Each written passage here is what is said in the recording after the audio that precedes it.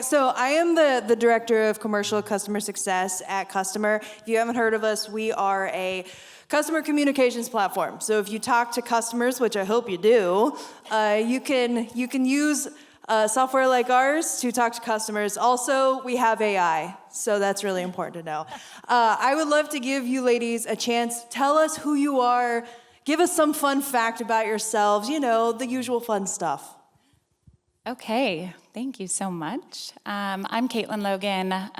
As you mentioned, I head up customer support and insights at FabFitFun. And those of you that don't know FabFitFun, maybe you do. It's known in the market more as a subscription box that comes quarterly. Our customers get kind of a curated, box of surprises they can customize. And we like to call ourselves more of a discovery platform. And so we're curating products that a lot of our customers have never really heard of before or need to do a little bit of research, and we take the time to educate them and show them why they like these products or need these products. And a fun fact is I've been at FabFitFun for almost 10 years.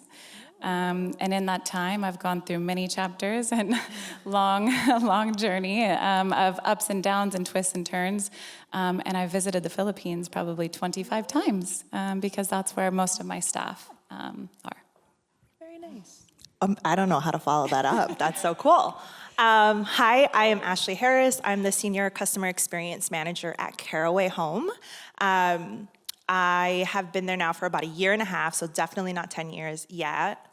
But yeah, really we are looking to help make homes non-toxic, but still beautiful. So you don't need to sacrifice, all those toxins for ease of use and durability and beauty. So yeah, and my fun fact is we're a dying breed, but I am a born and raised New Yorker.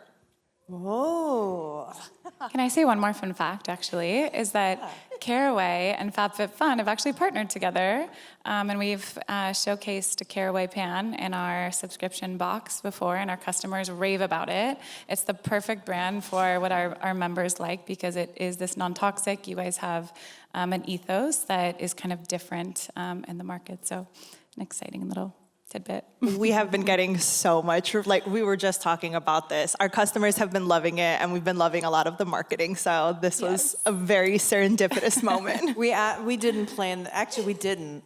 I wish that we would have. That would have been really good. Yeah. But yeah. Well, thank you. And I think what's super interesting about seeing the words retention in this world of retail and e-commerce is that usually those are words that are like customer success and SaaS words and all of that. And so what I love about sharing the stage with both of you is that you come at this from two seemingly different business models, although as you can see, they do combine in beautiful ways. But I look forward to hearing about how you all think of this. And actually, even the word post-purchase, that to me feels funny because we think of journeys as linear, when in actuality our customers they're doing this. They're all over the place. So I would love to hear from both of you. Let's talk about this post-purchase world, this idea. How have customer expectations changed after the transaction, and what opportunities are we missing in this? Cool, I can get started. Yeah, please do. I think as far as customer expectation, I think there was a semblance before where it was like, hey, I purchased it and then that's it, right? You forget about the brand or what's going on. I think now with this idea of, just kind of with branding and this ethos, when people use your product now, they remember you every single time they use it. They see you constantly, whether it's on social media, we're following up. And so there's a sense of loyalty that customers feel, not just for your brand, but if something goes wrong, they want to hold you accountable. And there's this sense of a relationship that I think really didn't exist before. And so like with any relationship, the expectations change and evolve. So it's been very fun and interesting to navigate that landscape. Yeah, I love that. Yeah, I second everything that you said. It doesn't stop, their expectations don't stop at the time their order gets delivered. Obviously, I mean, with FabFitFun, the box gets delivered, the unboxing experience is really special and important, but then what do they do with those products afterwards? And, you know, we've talked so much about internally at the company, how do we prove the value of the items that they're receiving? You know, sometimes someone unboxes and they might be disappointed, but other times they unbox and they're extremely happy with what they got. And so what's the difference between person A and person B? And I think it is so much about educating her even more after she has received the box, or putting the collateral in, or making sure she's engaged on social media, which is where we put a lot of our content, maybe emailing her a survey about the different products that she received, but really continuing to engage her so that she understands the value of the products that are in front of her. And, you know, I think because our products shift and change so much, we're a very unique business model, it's even more challenging because we're having to kind of, you know, reinvent the marketing and the you know, the collateral and the content every single season. But that's what our customers need, and that's what brings them back to us, is knowing that they are getting the value out of that, the subscription. And you know, with that, you bring up a really interesting point about like proactive versus reactive. Both of you are in the realm of customer support, customer experience. So often, you know, we think of, okay, well, that starts when someone raises their hand and has a problem. And then we're going to solve it and they're going to love us forever. And then that's all she wrote. But talk to me about, you know, your journey along. How have you used proactive means to engage your customers? And like, do you have any cool examples you can share? Yeah, I can kind of dive in. So I think there's twofold for us at Caraway. I think number one, as far as being proactive, is understanding we are non-toxic. And so a lot of what people experience with non-toxic before is traditional Teflon. And so there is 100% a different expectation of lifespan, use, care. And so I think to that end, we really try to use proactive means of education. How should you use the item? What's the best way to get the most longevity, durability of the item? And so I think that's kind of one bucket. I think then the other aspect of it is, how do we kind of proactively help them further build this non-toxic home? And so also knowing, hey, so if you love this, we have all of these new offerings now, and we think this would be a beautiful addition to your home and help you in this investment that you've made. And then I think kind of the last bucket, which I feel like is a little bit more of the more obvious one, is when it comes to shipping, right? So if there's delays or there's any sort of interruption in when they should have expected their product, proactively being able to reach out and say, hey, we saw that this was an issue.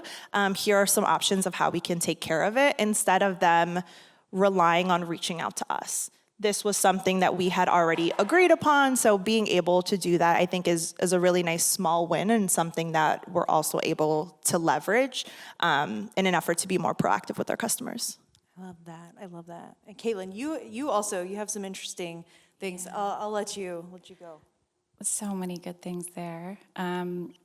We want to do all of that, but for all 50 SKUs that are in every box that we no feature. Pressure. No, I mean, absolutely continuing to build the awareness and yeah, I guess the branding. Caraway is a great example. We have Caraway in our box, and we want our customers to get the most out of that product. And so we're also wanting to, you know, send them the collateral and the means to, you know, use it in their kitchen, send recipes, and follow-ups. I think, I mean, there's so many ways I could answer this proactive question. You know, of course, when it comes to shipping, we want to make sure that the package actually gets to the person's doorstep. So we have tracking on all of that. How do we make sure that if it doesn't arrive, or if it is having delivery issues, then we're proactive in reaching out to her. But at the same time, I think, you know, being proactive about the questions that might come in I want to actually change gears a little bit and talk about our community, because our community allows us to be so proactive with a lot of our engagement with our members. We've built a community forum that is members only, and they're in the forum engaging with each other. And the second then one tiny little thing might go wrong with one person, it might snowball because 10 other people have sympathy for her. And so because we're so engaged with it ourselves, we are reading through these messages and then, kind of building processes around, okay, so this one person had this issue, let's make sure that we're catering to the, if there's 50 people that aren't commenting that might have that issue as well, let's be proactive and take care of those people. So in one of our past conversations about this, you mentioned sometimes you don't get ahead of it. And that's what I was just like, yes. what? Sometimes you don't. Yes. How do you deal with that? Yeah. I mean, look, we can try to be as proactive as possible. We know, for example, that raising prices of our subscription box is probably going to get some negativity surrounding it. And so we'll put our heads together, we'll put, some spiels, we'll, really try to articulate the value and why they still want to be shopping with us at that price. But there might be things that we cannot foresee that come up that customers are going to hound us about, and truly all you can do is support your team, get a team of great people together, look at the data, what is the issue, what's happening, let's get a response and make sure. I mean, really all our customers need is transparency, honesty. They want to know that that we're here for them, even if something does go wrong. And yeah, over my 10-year journey at FabFitFun, we have definitely seen some things go wrong, but we are always open, honest, transparent with our response back to them. And we do our best to equip our agents to have, that same, respect towards them. I couldn't agree more. Yeah. I think, again, it kind of goes back to this idea of a relationship. And so with any relationship, you need honesty, accountability, and transparency. And I think part of building, kind of going back to that word of retention, right? Again, there's this sense of loyalty when a brand is going to do right by you. I think for us specifically at Caraway, we know that people are investing in non-toxic houseware. And so they're investing in us. And so it's important that they understand and they see and feel that we are investing in them. And so a huge part of that is just, I think the reality too is if everything always went right, probably a lot of us wouldn't have jobs. So, I mean, it's just an inevitability, but it's about how you move in that way. And I think it also just goes beyond the customer experience team and also just making sure that you have those right channels and communication throughout. So you're actually learning from what's going on because always something new is going to pop up. I love that. The other thing too is building relationships. That kind of allows you to mess up sometimes. If you don't have that relationship, then they're like, get away from me. Like you messed up once in the end. I love that. It's so funny with our members that it's exactly like a relationship. And it's almost the closer they get to you, the more upset they get over kind of really tiny, small things. And, so internally we're always talking to each other about like, wow, they're really up in arms about this thing. I think they just want to be heard. I think they just want us to respond and say, we hear you, and that's how we handle it. Totally. I think the other thing that you said, I think that you guys have a forum is fantastic. And kind of for us, that's definitely something we're looking to. I think community is huge, especially in the vein of relationships and whatnot. But like social media is definitely a big one, right? And so I actually oversee our community management team. And we always kind of say, whatever you see on social tells us what we're doing really, really well and what we are not. And so just, again, that listening really helps us to be more proactive because even though technically they're not always maybe reaching out to us, we have this information. And so what are we going to do with it? That is a beautiful segue that I didn't even plan, but let's talk about personalization. And so if you're playing the AI drinking game, get ready, y'all, okay? So we're going to talk about scaling service while maintaining a human touch. We've talked a little bit today about personalization. First off, I'd love to hear how you all balance that with automation, the ability to scale. And then honestly, like, how do you use that to help your team deliver? So whoever wants to go first, I know you all both have some nuggets of gold. I'll quickly start. So I think that automation and personalization are not mutually exclusive. We have seen such success in the way that our chatbot actually personalizes responses to our customers. And what I found is, our customer, they don't necessarily need a human. They just want quick, solved issues, and they want to, again, be heard. They want someone or something to acknowledge that their situation's not great. And so our AI is actually doing quite a good job automating almost 50% of our chats. But there are things that the bot isn't connected to, certain actions that a human would need to perform. Of course, there's situations that come up that are extremely complex, that maybe have had multiple back and forths that the AI can't quite understand, and it goes to a human. But I've been thoroughly impressed with just the way that that these bots now that have come out of nowhere are able to sound like a human and address the customer's concern in a way that she's actually oversharing sometimes, and she doesn't realize that it's a bot, which a year ago that was not something. So do you make it apparent that it's a bot, or do you just kind of let them draw their own conclusions one way or another? We call her Frankie. And so I think, if you're really paying attention, you would know that you're talking to a chatbot. But I think if, you're busy, you're not paying attention, you're just shopping on the site, you start chatting, it sounds like a human. But, we also have the very savvy customer that's like, give me a human, and doesn't even give us a chance to help them through the chatbot. But, I think it can personalize really well. And I'm very much looking forward to connecting even more to this AI that it can't currently do, because I, again, have been impressed. You can come to me after and I'll tell you. Yeah. But you have to partner really closely with your engineering team. You have to get the right data into the chatbot for it to really personalize the experience for the customer, and that has been a challenge sometimes. So need the engineers. Hear that from a lot of our customers. Yeah. Ashley, how about you? It is a delicate balance. I think for our customers, kind of similarly, I think some really just want to speak to people. But I think on the other end, we really try to balance, and it helps us scale by having our AI take over that low-hanging fruit, right? Whether it's like Wizmos or things that we can kind of, that our agents don't necessarily need to kind of really talk or guide our customers through.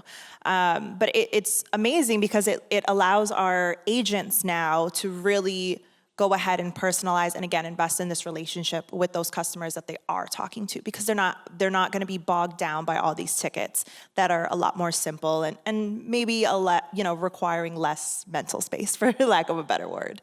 Right. And I always think back to the number one complaint in my few years in customer support. We hear, why is this taking so long? And, why am I having to repeat myself? And so if I think to that, and, sometimes as customer service people, we think they just want to talk to a human. They want to talk to us, and sometimes they don't. They really don't. So I think that's fascinating results. Yeah, it's very interesting. I will say, specifically with customer, we have been kind of looking at and really figuring out how to also leverage kind of AI co-pilot features. What are the ways that, again, we can leverage leverage our agents' critical thinking and context and all of these things, and help make it easier for them.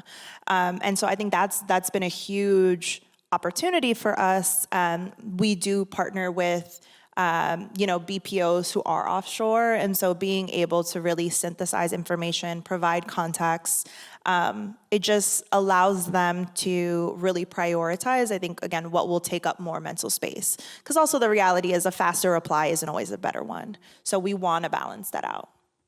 Yeah, I want to double down on that as well. I think our BPO overseas that I've been working with for a really long time, I mean, there's there's so much passion from the humans to from my team to cater to our member. Like, they live and breathe FabFitFun, I think, in a way that the bot doesn't, of course. And so leveraging them to go above and beyond and see different scenarios and situations that that we could surprise and delight someone, or, you know, we could send a note card to someone, or, you know, send someone flowers because of this situation that she went through. I think the human touch absolutely matters, and I don't think that will ever go away. I think, you know, people need people. People want to be around people.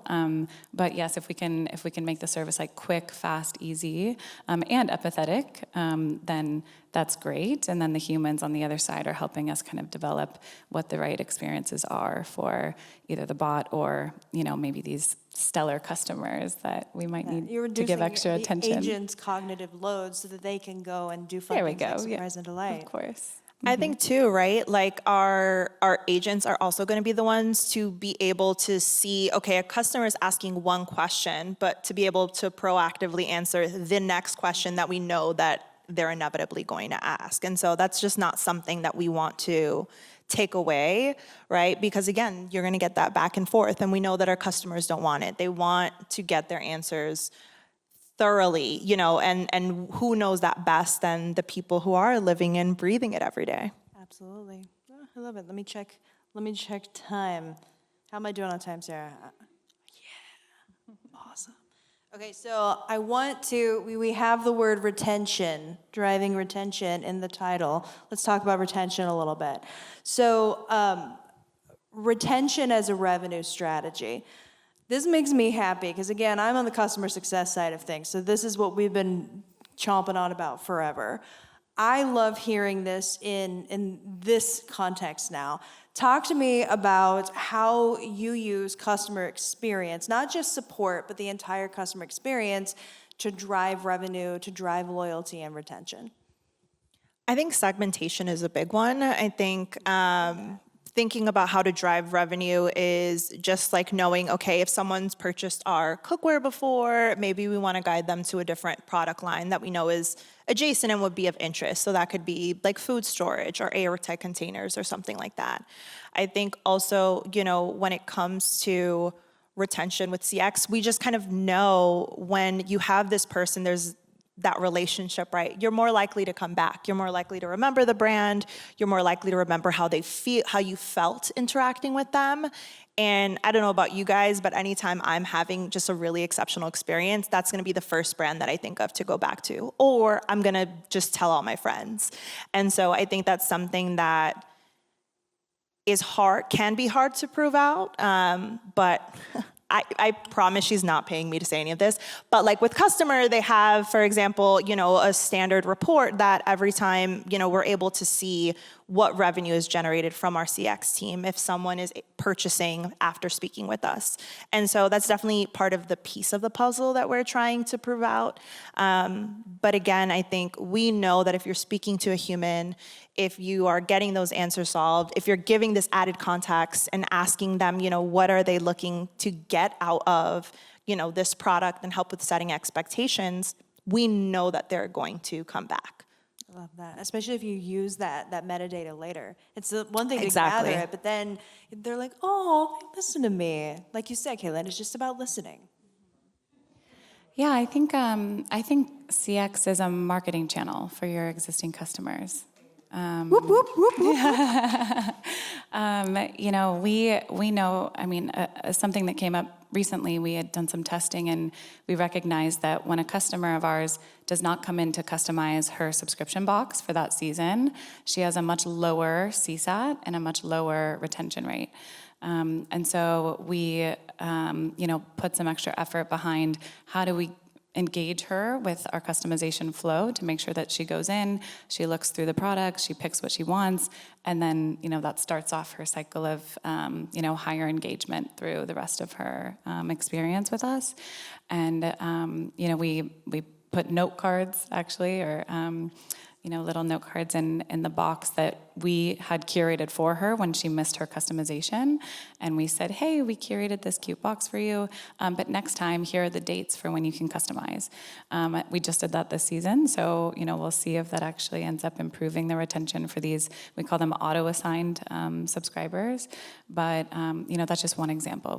We know that if they're engaged, if they have a good experience, then they're, just like you said, they're going to come back and shop more. I love that. I think that is so cool. I love that too. Oh, that's so Yeah, trying a little personalization as well. absolutely, yeah. And again, it's using the data that you have, make you feel listened to.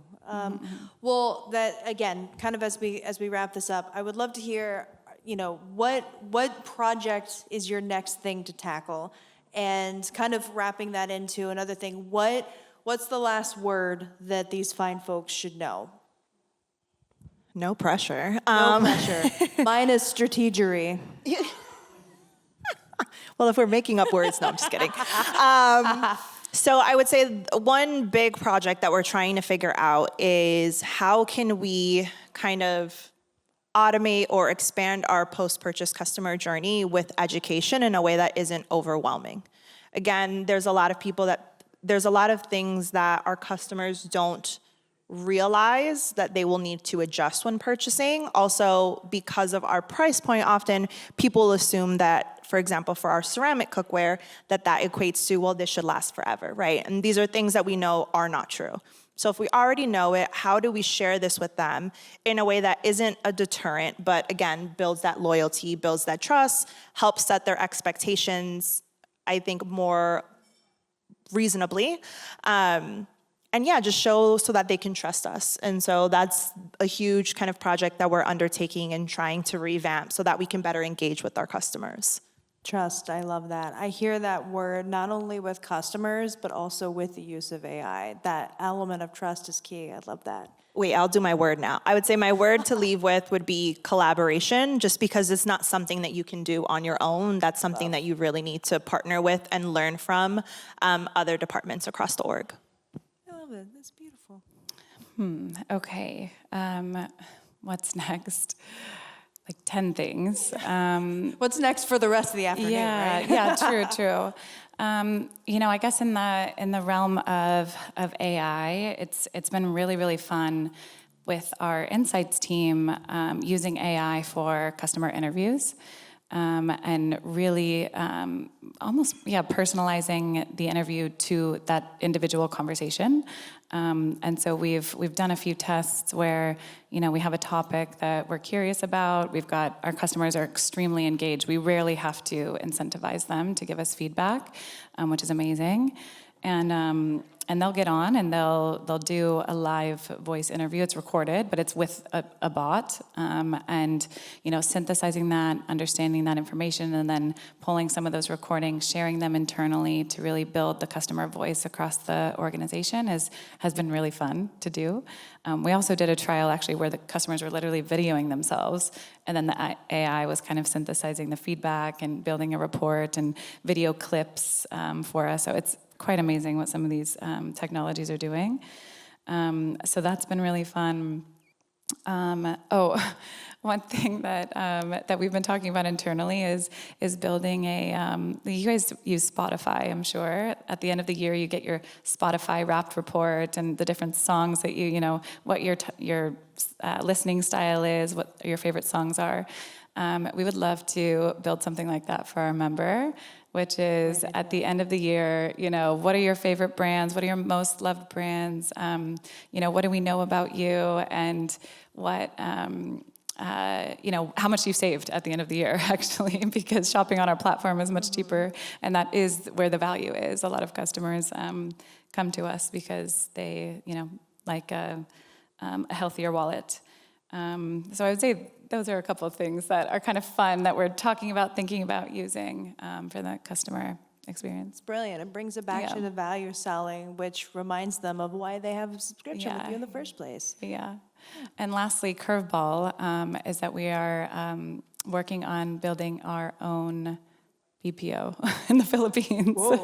So I've been, I've got a resource out there, and that's a whole can of worms in itself and separate from the customer experience. But I think when we talk about the human touch and how important it is, we are always going to need humans, and having kind of a direct staff out there that gets to live and breathe FabFitFun, kind of next to the rest of our staff, is another kind of upcoming challenge that we are working on. Amazing. Yeah. Y'all, did you have fun during this? Did you learn something? Yes. I did. Yeah. I did too. These ladies are legit, and you know what? They're really nice, and they'll talk to you after they get off the stage. And you know what? Customer crew, raise your hands. Whoop, whoop. We're also nice, and we will also talk to you after. So if you want to engage us on any topic from Tom Cruise to AI to BPOs and building them, and sustainable non-toxic products, anything in between, we'll talk to you about those things. We also just learned a lot about chocolate at our table as well, so we will talk to you about that if you would like. But no, thank you so much for sharing your wisdom. I'm honored to share a stage with you, and yeah, looking forward to talking to all of you soon.